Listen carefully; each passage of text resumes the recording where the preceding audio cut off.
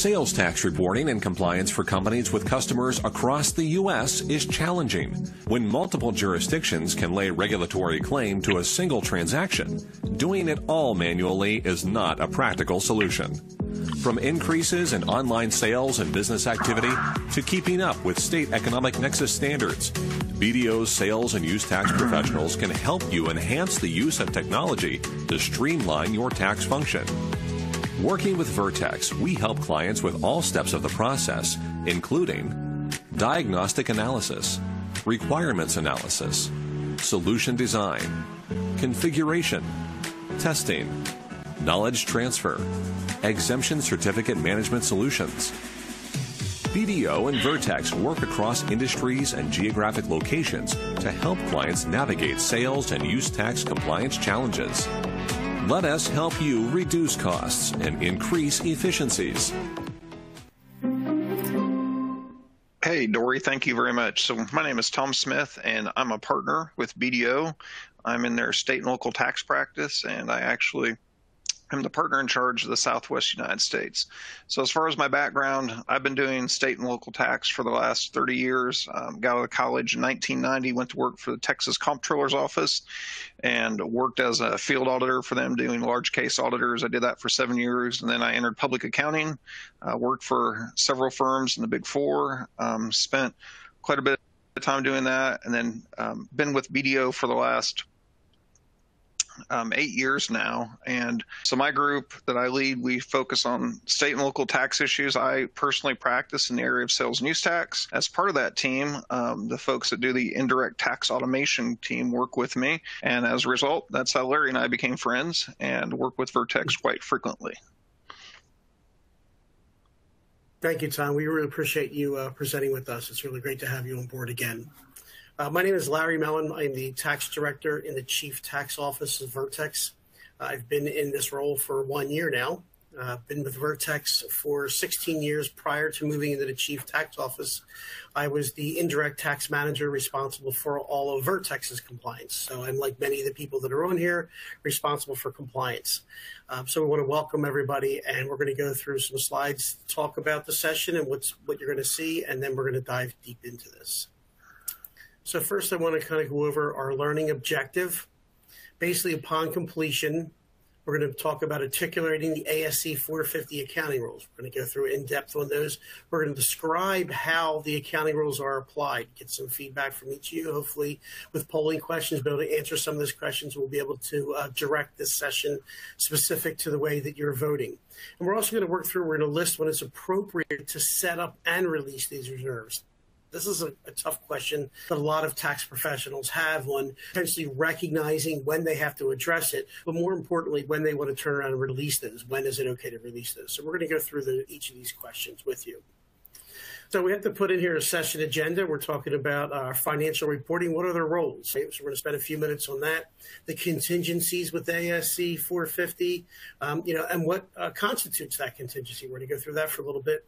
Some practical issues will be good. There'll be some examples we'll be able to look at, and then certainly there'll be time for some Q&A, hopefully at the end. If you want to, as we had said, you can post some Q&A questions in the block. We'll try to get to those. If the presentation goes longer and we don't get to all those questions, we're certainly going to reply back to you with those questions as soon as we possibly can. So I just want to put our legal and tax, just basically letting everyone know that this is for informational purposes only, that you should consult any of your tax and legal accounting advisors before you do anything with transactions. This is just our opinions on where we think things should go. It's still up to you to make your decision on how you want to tax it and do all of your financial requirements and compliance. So some of the things we're going to talk about was some of these abbreviations. We're going to use these throughout the session. So ASC 450, which is in our title, Accounting Standard Codification, right? So it's basically from the topic for contingencies that was put in place in September of 2009. FAS 5, okay, which ASC 450 replaced, was the Financial Accounting Standard number 5 that was put in place in March of 1975. So a lot of times people interchange those. There have been some changes that were made when that went in place in 2009, but some of the concepts are still the same, but we basically, people refer to them as the same type thing. Then there's the FASB or FASB interpretation number 14. We're going to talk about that. That was from September of 76. And then the SAB 99, which was the SEC staffing information, which is going to be coming, actually materially came out in August of 99. So we're going to kind of go through something. So you're going to see those abbreviations throughout, and Tom's going to talk in detail about one of those. So at least wanted to give you an idea of what some of those things represented. All right. So we're going to start talking about financial rules. I'm actually going to turn over to Tom. He's going to take over, and we're going to go from there. Thank you. All right. Very well. So first of all, let's talk about the two primary reporting standards. And the first one's GAAP, and that's what we use here in the U.S., Generally Accepted Accounting Principles. And then IFRS, International Financial Reporting. Today, we're going to really focus in on GAAP. We're going to talk a little bit about IFRS, but mainly this is a GAAP presentation. So, here's what this really gets down to, is the role of your financial auditors, these external auditors. And what that role is to really to make sure that, the financial statements are management's representation of what's happening within the business. And as an auditor, really what the role here is to make sure that's material present, not that it's correct. Okay. A lot of people think that it means that financial statements are correct. It doesn't mean they're correct. It means they're materially presented. And also, it's not a detection of fraud. There's a lot of people who have misunderstandings that it's actually a total opinion on their taxation, how they handle their taxes. What we're talking here is, are the financial statements material as it's been presented by management? So when we look at these, the FASB, they define materiality, the U.S. Supreme Court. When I'm dealing with this on a practical matter, one of the first questions I'll ask my insurance partner is, hey, what's the materiality level for this client? And they will have that number, and they can be able to tell you that. There's guidelines that they go in. As a tax person, I'm not qualified to make that decision, but they will. The assurance team will have that number defined.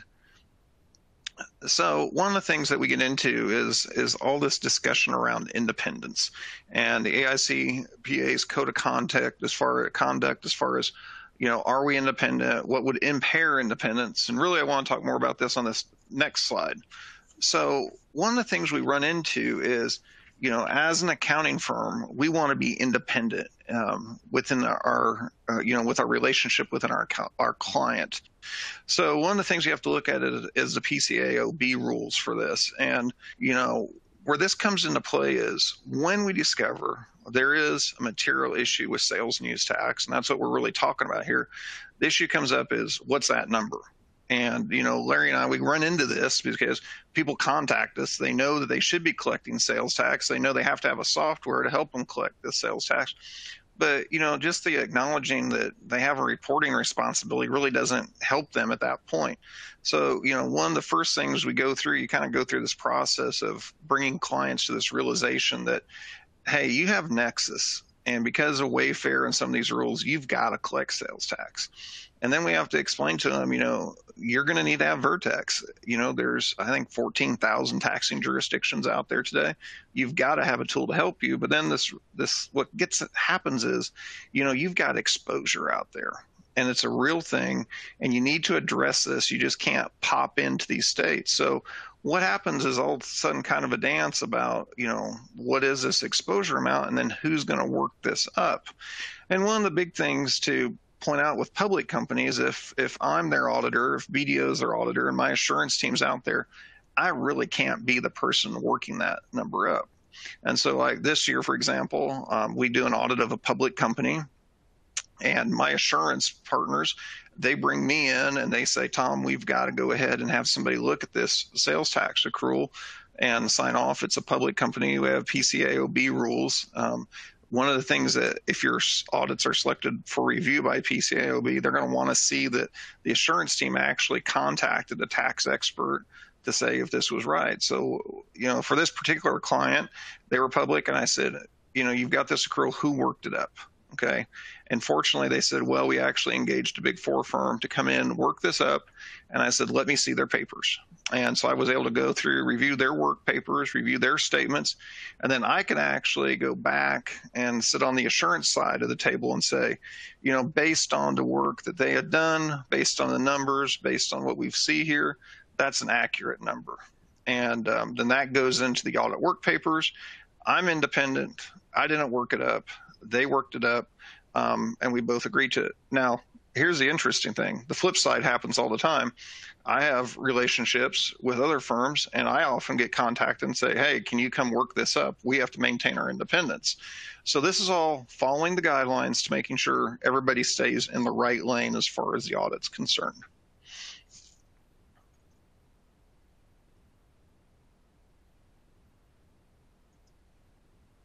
And Larry, I think we got our first knowledge check here. We do. Okay, so we have our first polling question. So true or false? External auditors verify that financial statements present fairly, in all respects, the financial position, results of his operation, and cash flows in conformity with U.S. GAAP. True or false? So we're going to give it a few minutes here. Everybody kind of take a look at that. It's kind of lengthy, but just, there's a few areas it's asking. We want to give some time for those people that are in attendance to vote. We're moving along. We're about 25% of those that are here have voted. So we're just going to wait, let everybody take a chance, flip a coin, see what makes sense. And then once we go through, we're going to advance. We're going to tell you what percentage had voted that way, and we're going to just kind of talk about how each person voted, whether it was right or wrong, and some of the areas around there. So we're about 75% done. We're going to give it another few seconds, see if anybody else wants to add to that. And then we'll move to our totals.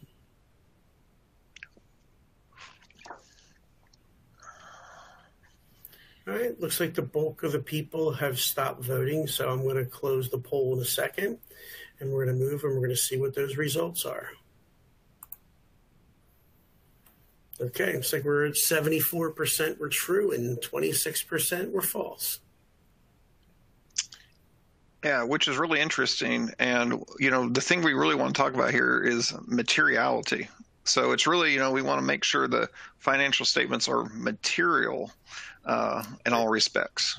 So let's go on to this next section here, Larry. And we're going to talk about ASC 450 contingencies. And I guess I'm old because I always call it FAS 5. And I'm really trying hard to convert my language.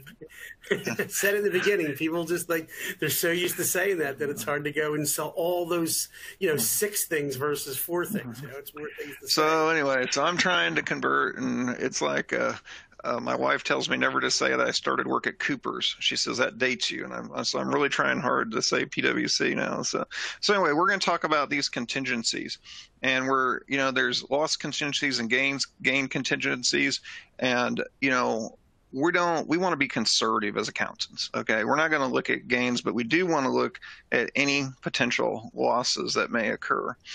So couple of different things when it comes into these loss contingency. It's how probable is it that this impairment has occurred, and then can it be reasonably estimated?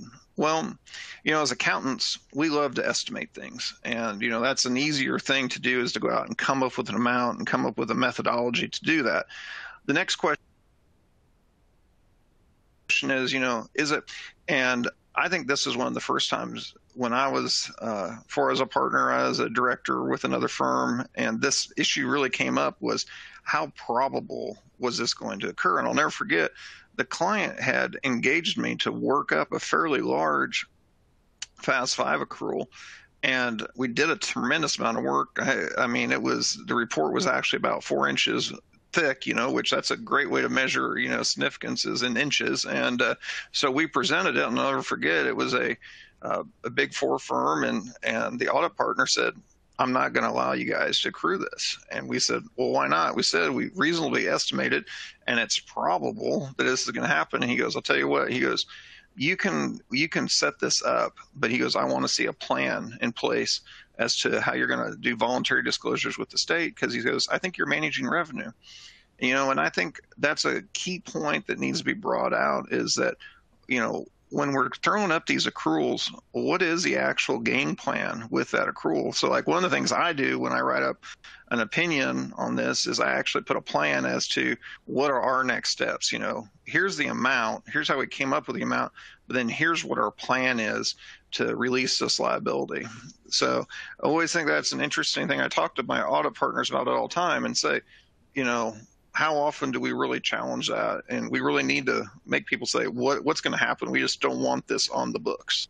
So Tom, by looking at that, like, so just go back one slide there. So looking at that, like, someone's going to make a call on, probable. And of course their questioning is like, is it a 50-50 probable? Do you find that maybe like a higher percentage makes it probable, or if there's any slight chance of probable, you book that? Like, what if you have seen people do in the past?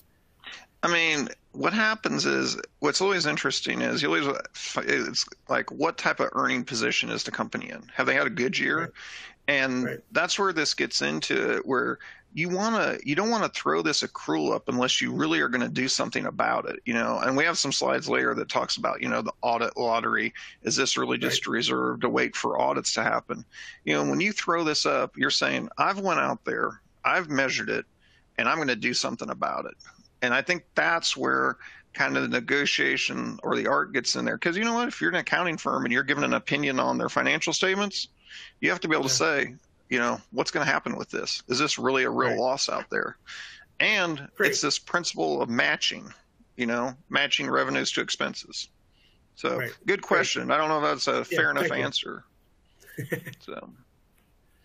So anyway, you get into this whole probability, is it remote? Is it slight? Is it reasonably possible or likely to occur?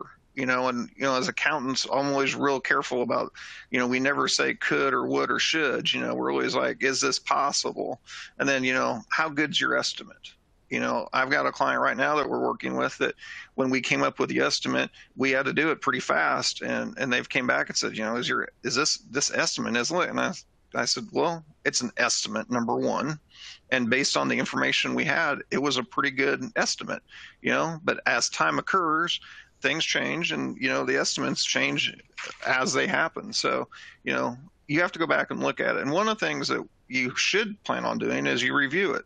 It's not a one and done thing. Once you throw that accrual up, every year you're going to have to go back and look at it and say, is that estimate still good, or do we need to do some more work around it? So why do we disclose this? Number one, we don't want financial statements to be misleading. Most often when this comes up, it's doing due diligence when, prepping a company to sell. What happens is you come in, do due diligence, you look, you say, where do they have nexus? Where have they done it? So are the financial statements really accurate, or are they misleading? Well, if they haven't been collecting their sales tax and they don't have systems in place, then the financial statements aren't accurate. They're misleading. They've got exposure out there they've never addressed. And, is it going to be reasonably possible, or what's going to happen, to cause this to happen? And, are all the states going to come audit you at one time? Probably not. But if you're going through a transaction, people don't like, if private equity is in there, they don't want to buy a company that's got problems. They're going to want to take care of those things and move forward. So here's kind of a nice little chart, and I think it's a fun chart in the fact that you can kind of look at it and say, is it probable? And it gives you a little decision tree to go through there and say, is this reasonably possible? Then you don't have to disclose. There's no accrual. But if you say, yeah, it is reasonably possible, then that's the disclosure requirement. And, Larry, this gets back to that. This is more of an art than a hardcore process. You really have to get in there and use your professional judgment and say, is this reasonably possible? And I think that probably bothers more accountants than anything, is we don't like to go to that part of our brain, to make those decisions. Well, it doesn't give the answer, but I could see everybody having this put on their bulletin board saying, in every decision they're making, okay, what's the probable of this? And they're going to follow this chart. So it's a really good recap. Yeah, it's a great little chart. So, what constitutes the contingency? So, it's when does this apply, this contingency? It's an existing condition that will be ultimately resolved with one or more future events. And so when we look at this, when we come in and tell a company, hey, you've got an amount of exposure here, what's this process of relieving this? And this is where it gets into, and I tell people, some of the hardest work that you do in getting your company in compliance is dealing with these past liabilities. Because really what you should do on a sales tax situation is you should contact your customers and you should have a conversation with them. And the conversation is, hey, have you self-assessed this tax? Have you accrued it? Have you been audited? And then if I send you a bill for the tax, are you willing to go ahead and pay us that tax? Or sometimes the company will say, I don't want to bill that past tax because that's going to hurt my relationship. I'd rather go ahead and eat that tax. And one of the things I advise clients all the time is, if you're going to eat that tax, you need to go ahead and tell them that you're doing that, because you don't want them to get audited and then pay the same tax twice. So it's just, how is this going to be ultimately resolved? So, what do we know about contingencies? No, you can't have an accrual for a general or unspecified business risk. There's no disclosure, but, it's considered probable in sales tax. This is a probable claim that's out there. You have to collect it. There's auditors out there checking it. Yeah, I think this also plays into just that last thing we talked about with that chart. Like, almost the questions that are on that document are kind of the questions you need to kind of ask yourself while putting that chart together. So I think that's good too. So that's great. So now we are to our second polling question. So true or false, non-disclosures of an exposure item make financial statements misleading. So we're going to kind of read through that again, ask everybody to start putting their votes in where they think we follow, and hopefully the answers will not be misleading. Hopefully we'll have some good answers on there. We have about 20% of our attendees have voted so far. Hopefully, Tom, when we look at this, we'll see if you agree with where this was going, if you think people voted the way, in your opinion, they should have gone, or where we're going. So give everybody another few seconds to vote. It's a flip of a coin. Where do you want to vote? What do you think one's right? We're about 70% completed right now.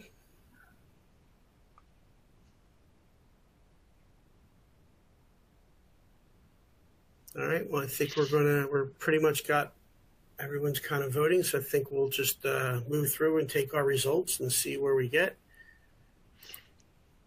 Looks like we're 75% true and 25% false. What do you think? We're doing better, Larry. Okay, we're doing better than the last one here. So our numbers are going up, right? Our numbers are going up. So that's we're seeing a pattern. Right. You're following along here. Right. So yeah, a non-disclosure of an item is going to make your financial statements misleading. So that's good. All right. So now we're going to get into some good fun stuff here. We're going to talk about an international accounting standard. So after we told you we weren't going to talk about it, now we're going to talk about it a little bit. And I'll tell you why. One of the reasons that I was really interested in talking about this was I had a client that Vertex brought to me who was in Australia, I believe, and they had no physical presence here in the U.S. at all, but they did make sales into the States. And so we went through the process of, we got them on Vertex and got everything working. Vertex is handling their compliance, and but they had voluntary disclosures to do. And they were a public company, and they needed me to actually write an opinion letter for them. And so, in looking at the international accounting standards, and I'll just go ahead and say, I didn't opine on, IFRS. I did go ahead and give them a FASB accrual because I felt I was qualified to do that as a CPA here in the U.S. And their firm took that, so that was good. They thought it was, and just from a point of knowledge, it's basically we're looking at this very similar things as what we look at in the U.S. Is there a present obligation that's going to have an expected outflow of resources? And that's really the same thing we've got with a FAS 5 accrual is, a present obligation that there's going to be cash go out in the future. And so even though they're not based in the U.S. and they are following IFRS, I went ahead and did this workup for them and was able to provide them a letter and to get by. So again, a provision is for an uncertain timing or an amount. This goes through some of the points of the international accounting standard here. Contingent liability, it's an obligation from past events, and sales tax is a perfect example. Transactions that they didn't charge tax on and they should have, and this obligation arises from this. And I'll tell you an interesting part about that. And we have another nice little flow chart here that takes you through. And Larry, I don't think you know this, but this client, it was a great teaming on both our parts because we had a problem. We had to pay VDAs to the states, and they didn't have a U.S. bank account. And so, however, they had a bank account set up to handle their compliance that Vertex y'all maintained for them and help them with. And we were actually able to coordinate this and actually pay the states the VDA amounts through that compliance through account. that portal, through that compliance account. That's great. That's good that it worked out that way. Yeah, it was and they were extremely happy, because they didn't have that ability otherwise when we got together and worked it all out. So here's another flow chart that you can look at, and this is how it would work on the International Accounting Standard. And you can see it very similar to what you see in the U.S. A little bit more complicated, but very similar. So we're going to get into section, and I think this is probably one of my favorite sections here, and it talks about practical issues, okay?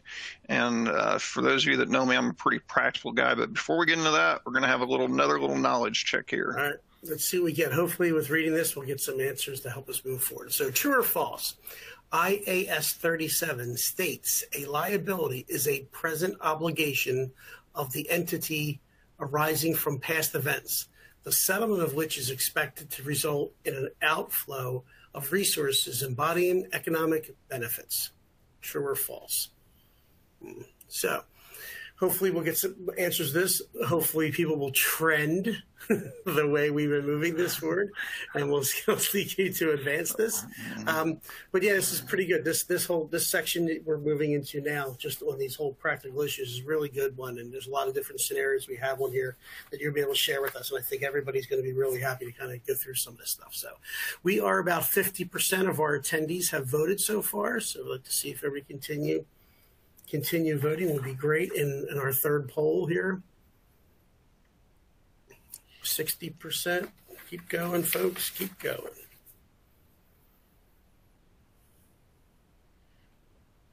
Yeah, so Larry, I'm going to make you jealous. So I had some of Nashville's famous hot chicken today for lunch. So did you? If you've never had hot chicken, it's something special. I did spend some time in Tennessee last month, so there. But yeah, okay, so we're like 70% voted on here, so I think we're going to close this and kind of move on and see how everyone feels. So here we go.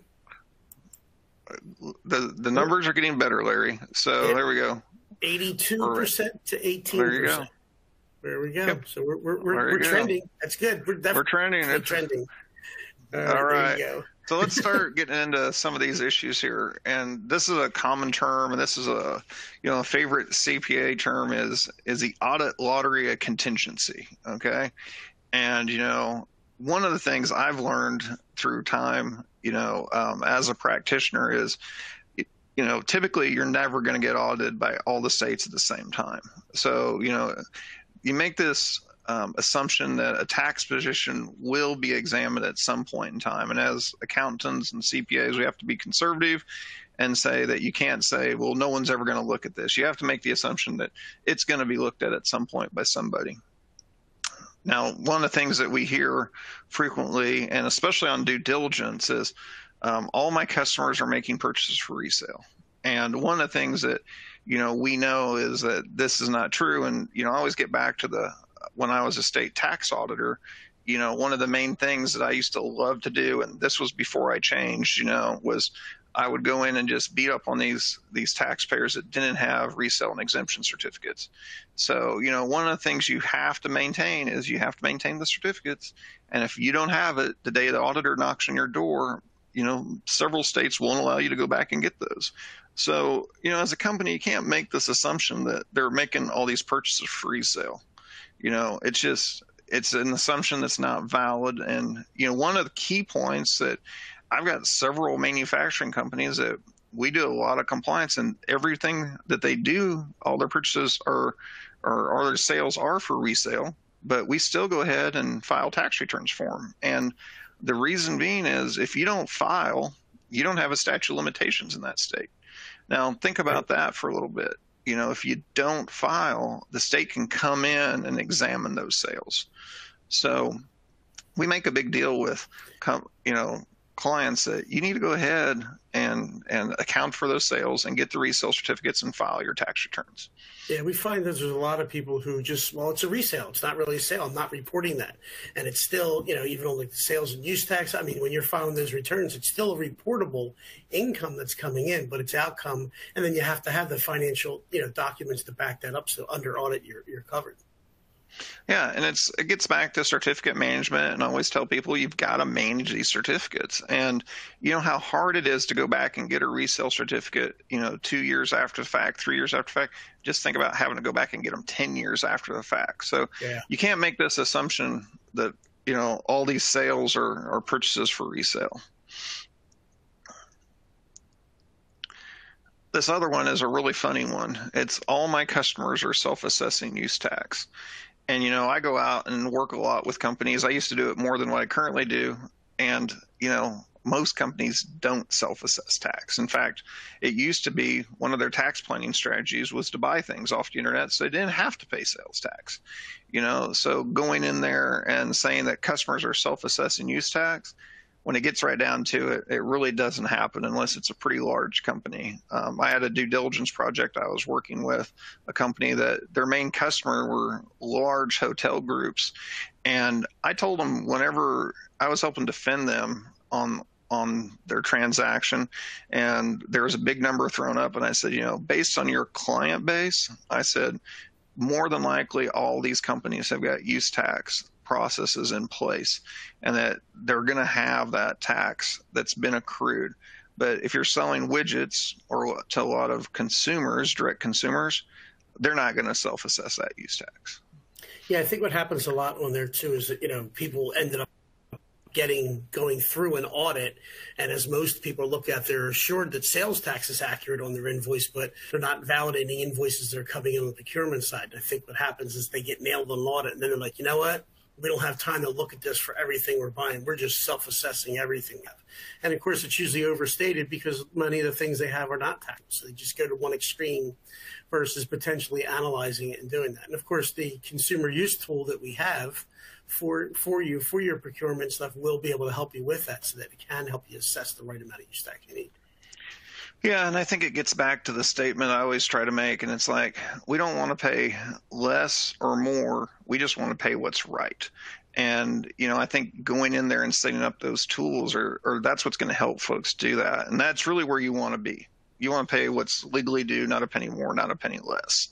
So, but making this assumption, now, the one thing I do think that's happened with Wayfair, I think there's actually less people concerned about self-assessing use tax because they're assuming that now that all the vendors are in compliance. And one of the things I'm seeing, just based on what we're doing out there, and I think, Larry, you guys are probably seeing, is we found out there's a whole lot of companies out there that never even dreamed about sales and use tax compliance. And they're making sales out of state, and they just never thought about it. And the issue's coming up now, and it comes up a couple different ways. They have to get a financial audit. In our financial audit, we now have what we quote unquote call the Wayfair questions. And we want to go in there and validate that they're actually paying that tax or have processes in place. Right. That happens a lot. They're not like the whole Wayfair decision is something that kind of catches them off guard. Now they realize, well, I've been selling in all these states, and now compliance, what stuff do I have in place? What's my liability? Do I meet that threshold? How do I analyze it? So you're right. A lot of people are going through that and either over assessing or not assessing at all. So this is another one of my favorite ones. The customer agreed to indemnify the seller. And a seller may avoid accruing a sales tax liability because its customer agreed to indemnify them. And I always like to say this. It was a statement they taught me as a young Texas auditor was, you cannot contract out of your tax liability. And, it's no different, Larry. If you and I entered into agreement with the IRS and we have a contract that says, Larry, you've agreed to pay all my money to the IRS that I owe, and I get audited, that agreement's not valid. And the same thing is with sales and use tax. And where I see this a lot is in construction contracts. When you get into the fine print, it'll say that the contractor was reliable for all state and local sales tax due. Well, that's not what that's really talking about. And it may be a contractual agreement, but that's not how the state's going to look at it when they come in. They're going to actually come back to the person who made the taxable transaction. So you can indemnify yourself out of it. And then if you do have some sort of indemnification, then that's actually a legal agreement.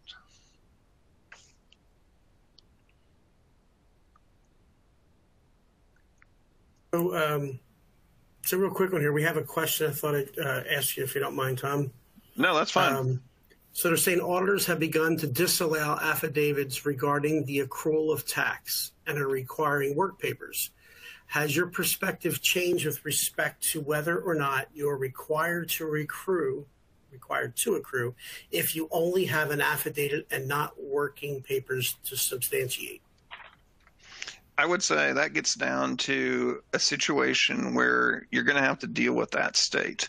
And, you know, there's several states that, for example, if you seek a refund of tax, they won't give you a refund of sales tax if it's been overpaid unless you show the work papers where it's been remitted.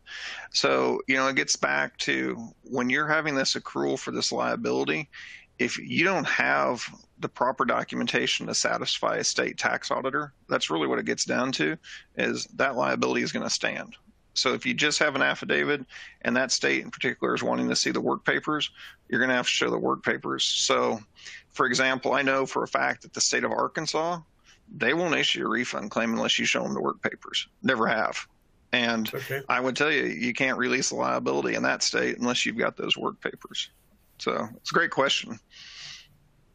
I would tell you that we probably, from a practical standpoint, we probably go out and pursue the affidavits first. And if things get to where we have to get in deeper, then we just dig deeper when that happens. Okay.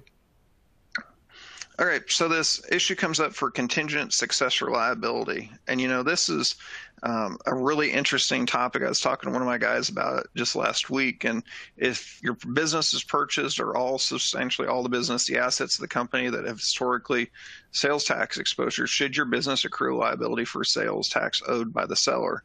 And our answer to that is yes. And it's because a lot of times, because it's a transaction tax, the states will come in and say, even though you did an asset deal for federal income tax purposes or for financial statement purposes, for legal purposes, we still think you owe that liability, especially if it's operating in the same building. So, you know, it's one of those things that we spend a lot of time. I'm currently working on a due diligence project right now, and it is an asset deal, but we're looking at that liability out there, and we're going to have the seller is going to accrue, and we're going to put that on the books, and it's going to go into escrow.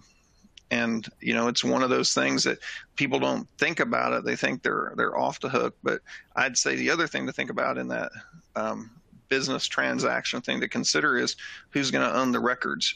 Because should the state come in and audit, you know, where's the records? Who's going to have control of the records so they can actually respond to the audit? So contingent liability for successor liability is a real thing, and it's justifiable and should be accrued. So look back for a non-filer. It says, may a seller properly accrue sales tax for only 3 years and no penalties? If the seller says after the financials are issued, we'll pursue voluntary disclosure agreements. And I think this is a great question and a great issue and a statement. And, you know, the look back for a non-filer is really from the date that transactions started accruing. And, you know, I've got one right now where there's an accrual made. We've got it on the books of the company. And we typically say 3 years if we're pursuing VDAs actively. But if nothing's going on, then I think you can have to look at it and say it's a longer period. And I think this gets back to, you know, the assurance team looking at it and saying, you know, is this properly accrued? Because, you know, I have a client right now that accidentally they collected and didn't remit. And he found himself sitting on a lot of tax or some employee turnover, and he contacted me and he goes, how quick can we do a VDA? And I said, we will do one today. And we requested a VDA and got that in process. I think the situations where there isn't a plan or there's a situation where the company doesn't agree with the fact that they have that, I think you can have a longer period out there. And, you know, I think you should put penalties in there. I know that from a due diligence perspective, when we come in and we find that and we're asked to quantify it, we'll go back to the time that it started and say, this is what it's going to be if you do nothing. If you want to form a plan to move forward, then this is, you know, we can limit it to the 3 years. But I think it's a great question. Do you think many people, Tom, delay it once you sit with them and they understand something? Do you think they delay it and go back, or do you think they actually, like in your example, let's do the VDA today and get it done? Or are there other people that are a little bit more not sure where to go and want to think about it for a while? Or how do you think they proceed? I've got a client right now that's up in Indiana, and they're delaying. And the reason they're delaying is they can't figure out what to do. If they go forward with the VDAs, it'll actually put them in bankruptcy and make them insolvent. Right. And their company was significantly impacted by COVID-19. And right. So they've got these COVID issues. And so they're just kind of sitting. One of the states they've got is Nevada. And I believe Nevada's VDA period is not a 3-year period. It's a 10-year period. And that's one of our larger states that we have. They're somewhat in the entertainment business. And, what we've done is we've contacted the state and said, listen, we want to come forward. We want to stay in business. And, we've asked them, will you waive this for us? And they're not really wanting to. So we're just sitting. And we've been sitting now for about a year, and they can't, they're just kind of can't decide what to do. Right. So, for them, it's a serious accrual on their books, and they have audited financials. I haven't had a discussion with their auditing firm.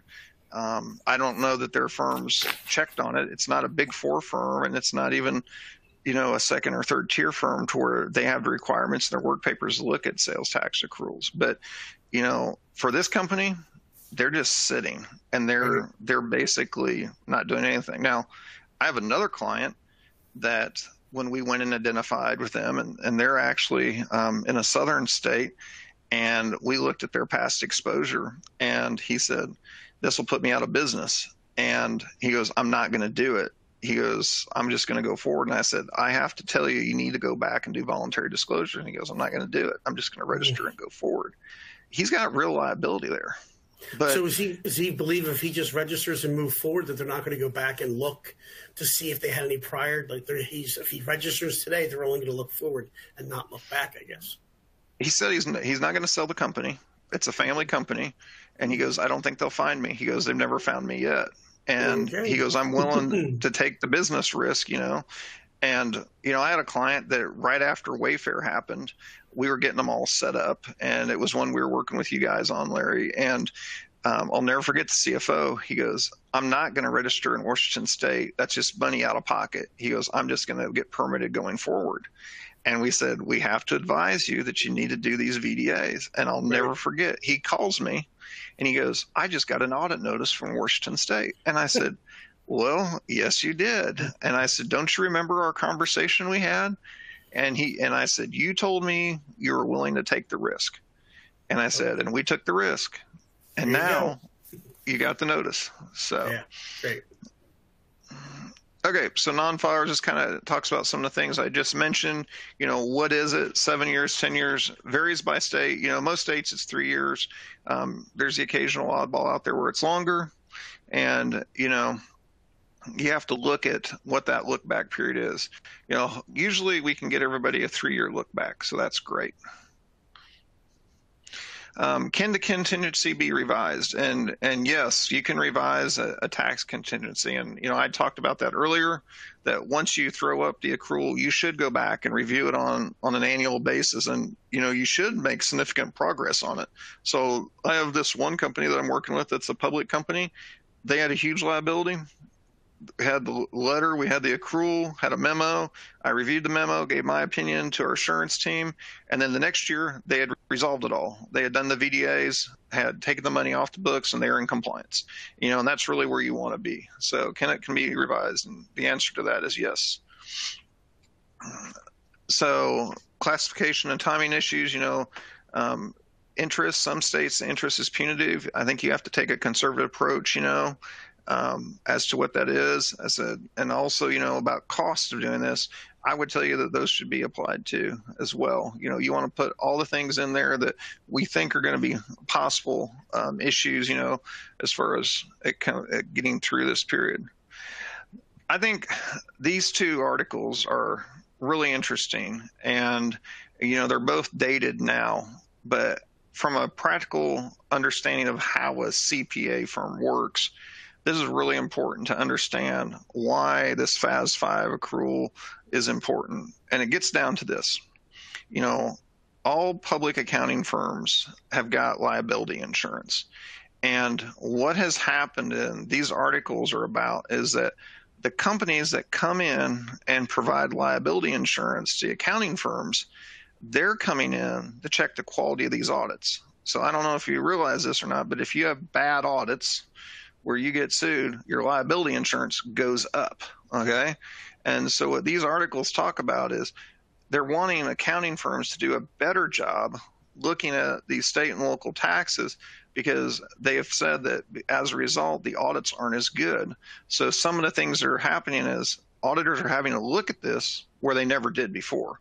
When I first got into public accounting close to 20 years ago, I never had an assurance partner come to me and say, hey, can you come look at this company's sales tax position and tell me if there's risk or exposure? And now during auditing season, my phone's ringing off the hook where I've got to schedule out to go out there and review these companies to see if they're stated properly and if they're in compliance. And we have conversations, about it. So I think these articles are very interesting in the fact that the industry itself is coming in there and saying, and not only just the accounting industry, but the liability companies that provide insurance to the firms are saying, hey, you've got to do a good audit. And part of doing a good audit is you've got to address sales and use tax. And that's just something that we hadn't seen in the past. And, it's going on right now. I think it's true. I think that a lot of people look at that income tax and look at that liability and do forget about that sales and use tax. They don't want to, when they're looking at their exposure and the powers that be are calculating the ASC 450 or FAS 5, whatever we want to call it today, when they're looking at that, they're primarily looking at the income side. They're not looking at the back side of that or the indirect side. And generally what happens is that the discovery they find is that there are probably more things that they find out when they go look at that back end stuff, and they find out more. So what they originally looked for sometimes even becomes irrelevant compared to what they find on the back end. Yeah, and the other thing that's interesting about indirect taxes, a company doesn't have to be profitable to incur a sales and use tax liability. In fact, a lot of times, startups, they've got a huge amount of money, that's at risk because of sales and use tax. That's so correct, I was yes. talking to a company today, and they're pre-revenue. They're a UK-based company coming into the U.S., and I told them, I said, you guys are incurring sales tax liabilities right now, today. And I said, you really haven't really started even selling anything yet because of what you're buying and coming into the U.S. So I'll tell you this, I'll never forget this as long as I live, because it's a heartbreaking story. As when I was a Texas auditor, and I came in and audited a company that supplied drywall. And let me tell you about the margins on drywall. They're thin. And, as state of Texas, most of the tax is 8.25%. And I came in and I handed this guy a bill for the tax, and he goes, that's more than my margins. And I just said, I'm so sorry, but you got to collect the tax. And when you think about that from an indirect tax perspective, it makes things like compliance, software, the things that we talk about on a regular basis, it looks real cheap as compared to losing your business or basically, marking time. So, all right, Larry, I think this may be our last slide here. Okay. So in summary, I would tell you that, as your companies proceed, if you're having an audit done, this is an issue that your assurance partners are going to be, they're going to be asking about. I think it's one of those things that as a company, you can work this up. You can seek outside help to go in, but you should realize that it's a real liability. The other thing is, once you throw that contingency up, the biggest thing I'd tell you is you really need to have a game plan. And this is where you sit down with your advisors, your assurance team, and you say, we've threw this up, we've found this risk, we found this exposure, and then really agree as to how you're going to remove that, or what's the steps you're going to take to go ahead and get rid of that. And, And I think that you're right. I think a lot of this is you start going through this and you're looking at this stuff and you have that discovery. It's basically going back to those charts and kind of looking at them and saying, okay, what do I do? Which way do I go? And it really comes down to, even though if you look at that and follow that chart and come up with a solution and where you're at, it really details, you really got to look at it and, look at that financial stuff, go back and calculate what are some of these exposure amounts, because as you said, some companies are going to put them in bankruptcy because they haven't done something. So doing these reviews often to make sure you don't have any of these liabilities or issues out there of non-compliance, you really got to spend some time to go back and look at those and make sure you're reporting accurately. Yeah, and I'll tell you the saddest thing about this. A lot of times this comes up when a company is getting ready to sell. We find a lot of companies that were started out small, family owned, and they had a great business concept. And I'll never forget, I spoke at a convention, and it was for managed service providers. And it was almost like a Star Trek conference. I never saw so many nerdy people in my life. I thought accountants were nerdy. These were the true nerds of the world. I felt better about myself. But I sat in a room and I told these guys that were business owners, I said, listen, I'm the guy that's going to come devalue your company. You built this and you've got great ideas, and you've got a great platform. You finally got that big company is going to come in and buy you, and I'm going to be the guy that rains in your parade and tell you, you've got these exposures out there that you never addressed. And I think the biggest thing we can do is to let people know, hey, you really need to address these you can't just kick the can down the road. And unfortunately, that's what's happened in a lot of cases. I agree. All right, so I think we're going to kind of move into our Q&A section, and ask if anybody has any questions they want to type in or have any questions for us, and we can kind of address those. Okay, I got one question that's come in off so far. So here we go, Tom. We've run into some California jurisdictions where they have no VDA programs. It's been impossible to get their attention, even though we want to pay. The contingency is on the books, and the external auditors are getting impatient. Any suggestions? Yeah, I mean, that's a great question. And I haven't ran into this in California. However, I have ran into it in Arkansas. And you're mentioning local jurisdictions there. So I'm thinking that you're probably talking about some tourism type taxes or locally administered type taxes. And I had this exact same issue happen to me in Arkansas with a tourism tax.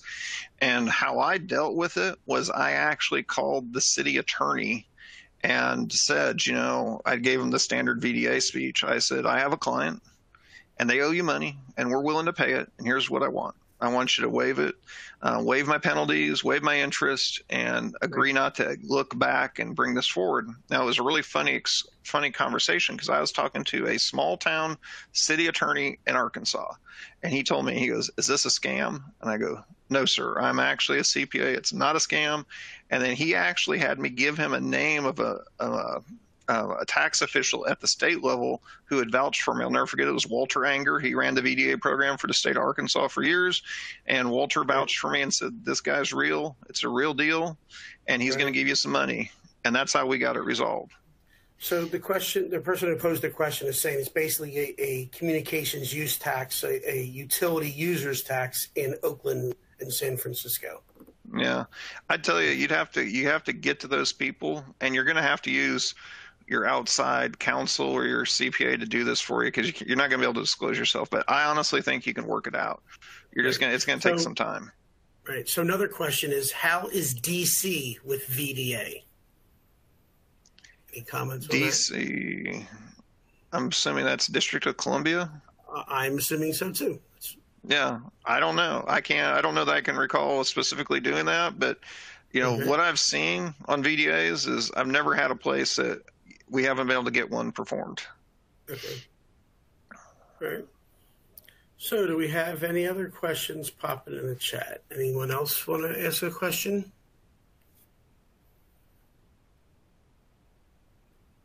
One person saying is we should remind people of the amnesty programs too.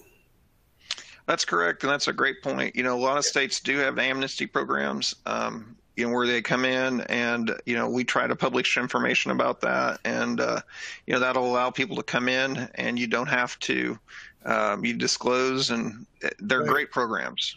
So another question. What is the best look-back period to use in calculating an exposure for a non-filer that does not plan to register anytime soon? So what's the best look back period to use?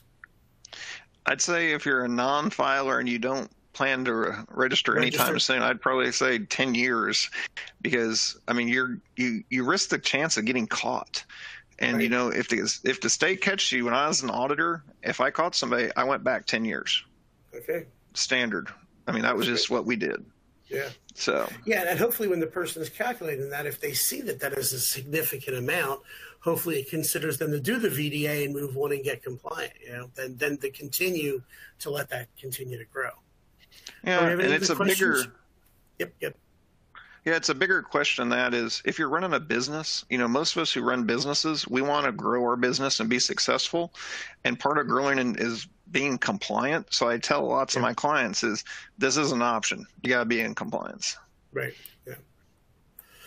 Let's see. I have one more question coming in. Do you have any guidance on whether a marketplace facilitator should accrue tax for sales that are done on behalf of a client that is located in a particular jurisdiction and has historically paid taxes on their own sales?